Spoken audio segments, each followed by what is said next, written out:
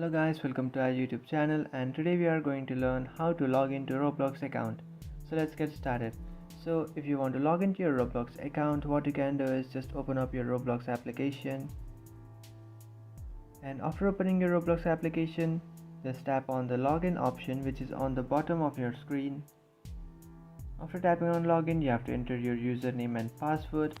So just simply enter your username and password. After entering your username and password, you can just tap on login and you will successfully log into your account. But you are facing an error like you have entered a wrong password or username and you want to fix that. So to fix that, what you can do is just tap on forgot password or username, and after tapping on that option, you can change your password or your username. So just simply change your password or your username by creating a new one, and then after creating a new username or password, you have to come back to this login page on your Roblox application and just enter that new password that you have created and then tap on login.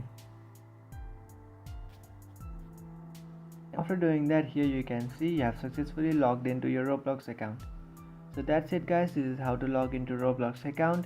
If you find this video helpful, don't forget to like and subscribe to our channel. If you have any doubts, feel free to comment below. Thanks for watching.